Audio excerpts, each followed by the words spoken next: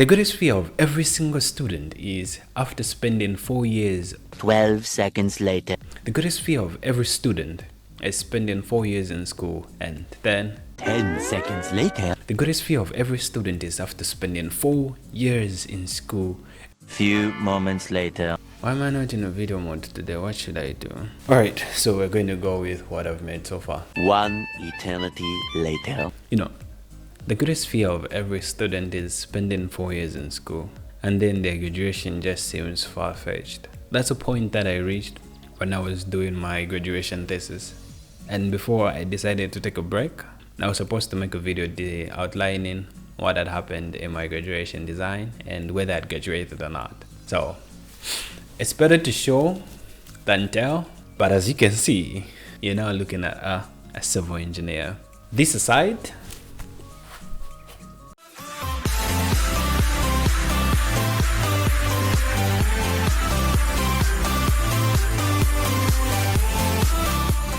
after every graduation project comes the final defense, and it's ironic how most people don't even know what a final defense is. But to put it in short words, it's just simply you showing the teachers, supervisors, lecturers that the project that you're presenting before them is yours. And other schools are going to require you to make maybe a PPT slide where you put in certain segments of your thesis or your dissertation or your project or your design or your work. You just put it in there, then you outline it and you're supposed to explain, and then you give them a brief introduction on what you had done in the project. And this is all just to prove whether you did the project on your own, and they'll rate you based on how you present it, because if you did it on your own, definitely you're supposed to know.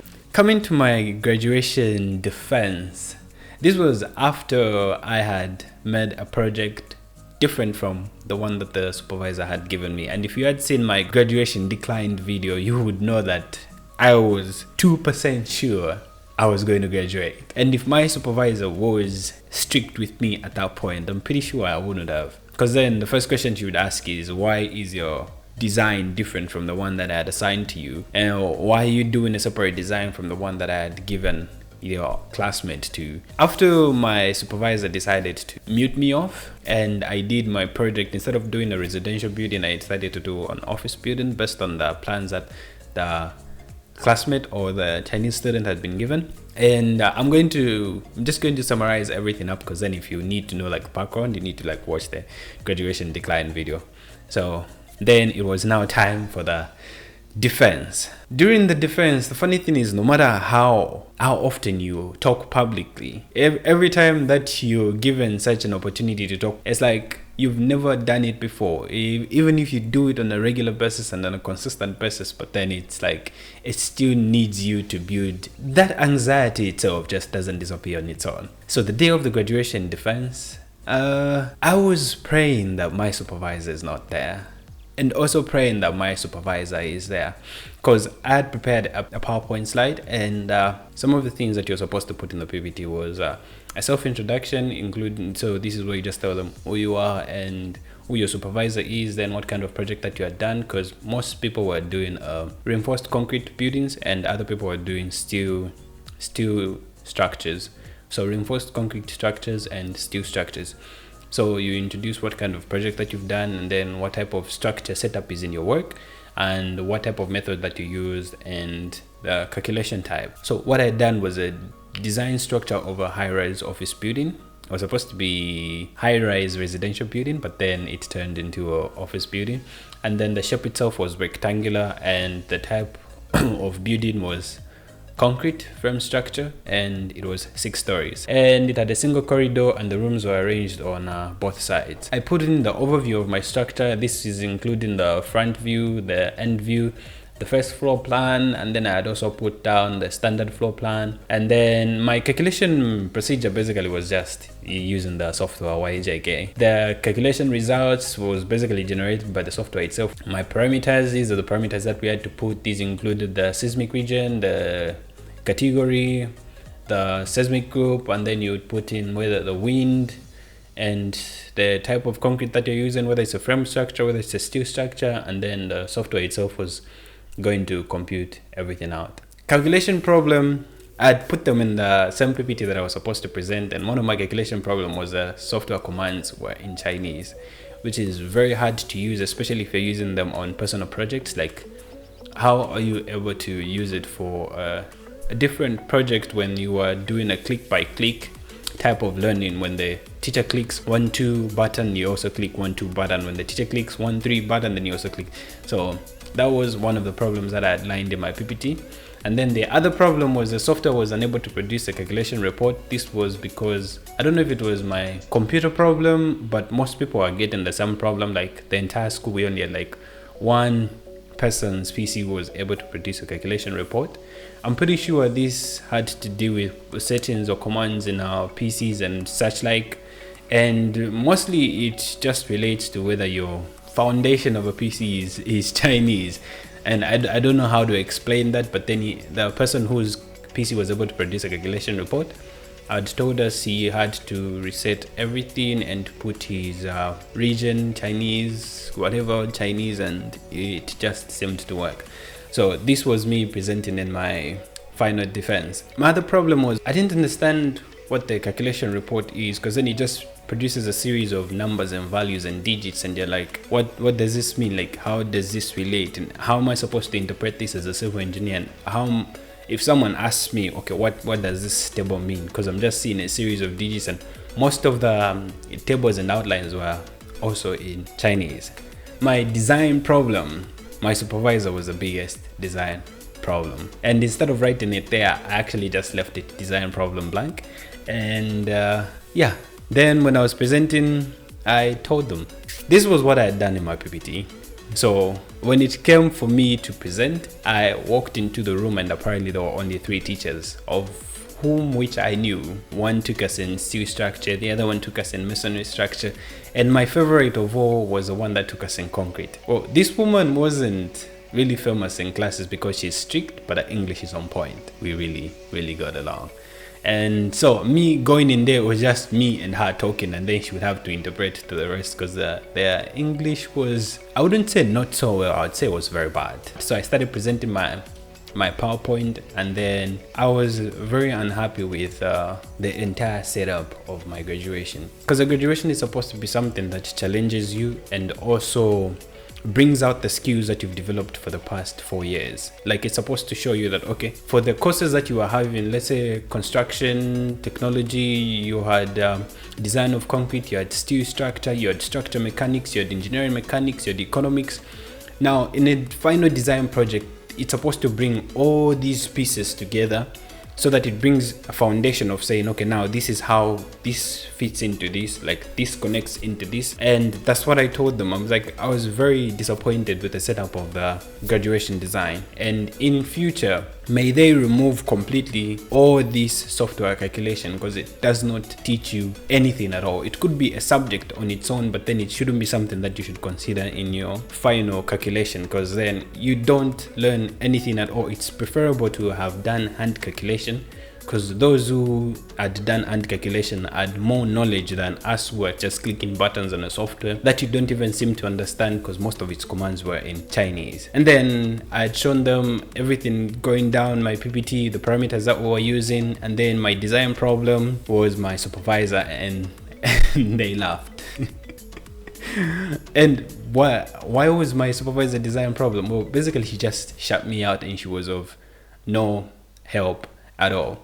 So me being in the defense room, and they were asking me now, what was your seismic region? And I told them my seismic region was seismic region 8 with an acceleration of 0.2. And then they say for the columns that you designed, they're a little bit small, because I designed a 600 by 600 column.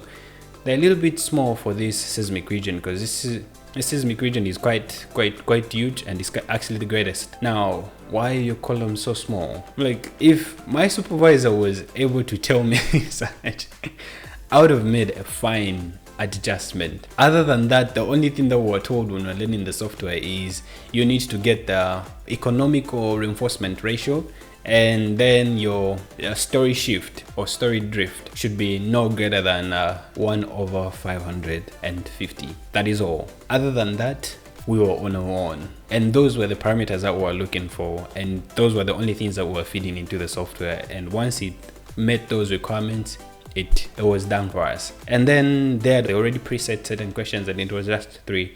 Then they'll ask you what are the units for bending moment, which I laughed. I'm like, these are not really questions that you'd be asking me. But then they said you just have to answer either way. Moment is a product of a force and a distance. So force units is kilonewtons, and then the distance is meters. So the product of these two is equals to kilonewton meter. And then they had asked me what were the dimensions of my members. So when they say dimension of members in such a design project, it's just simply your columns, your beams, and your girders.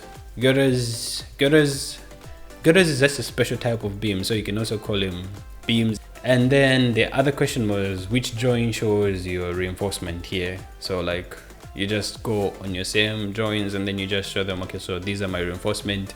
Then what does this mean? Then you show these are 5 members by what, these are what by what. And that was my defense. If it was another teacher, I don't think I would be as confident as I was then, because then I do have a good relation with this teacher, and I found it quite interactive. So it was just me and her talking and the others listening, and she would just be telling them, he understands. Even regardless of the fact that our graduation didn't involve foundation, but then it still has to do with building from bottom to top, and then analysis, both structure mechanics, design of concrete, soil mechanics basically, even though it's based on the foundation only. I would have really appreciated if like our graduation design just encompasses all these subjects together, and it just gives you that feeling of saying, oh, so this is why I was learning this subject, or this is where this course applies in this, or this is where this, or it even gives you an awareness of saying, oh, those courses that I never paid attention in, this is where they apply. These are the ones that I need to polish myself in. It was too light and too simple. After that, my results came out and she decided to give me an 82. I could have complained, but then, what's the point? If she can ignore me when I needed help from her, how is she going to pay attention to me complaining about the results that she had given me? And for the fact that the design that I already done was different from the design that she had given to me, there wasn't really much of a need or an essence of complaining, and I took it like it is. And that's how I graduated. And it wasn't even a big thing. It was just post your results and they're like, oh, I'm done. Usually they're supposed to be like this cosmic event that tells you, okay, this is the end of your study, but it didn't exist. It was just results are posted, and that was my defense. And all defenses are done the same way. Usually your supervisor is going to be there and the other teachers are going to be there as well, but then it is what it is. It's just you defending your work. That's all. There's nothing strange about it. There's nothing out of this planet about the defense. It's just you defending your work. And then you just prove to them that I did this work, it's mine, I didn't forge it, I didn't do any copying. I just tell them and you explain, understand the knowledge of these courses that I've been learning in these past 4 years, and you graduate. That's all that graduation defense and graduation design or graduation course defense courses is all about. My next video is going to be about graduation party. Everybody can say, yeah, graduation party, why are you talking about this graduation party? But the funny thing is, this graduation party is unique. It's not something that you'd think of happen occasionally, and I'm not going to spoil like I spoil most of my videos. Is you just have to see it. When you see it on your own, then you'll be like, oh, so this is what it meant. I think that is all. If you liked my video, just give it a like. If you didn't like it, give it a thumbs down. But I'm keeping my word that I was going to release this video, and I'll see you in the next video. Don't forget to subscribe. Peace.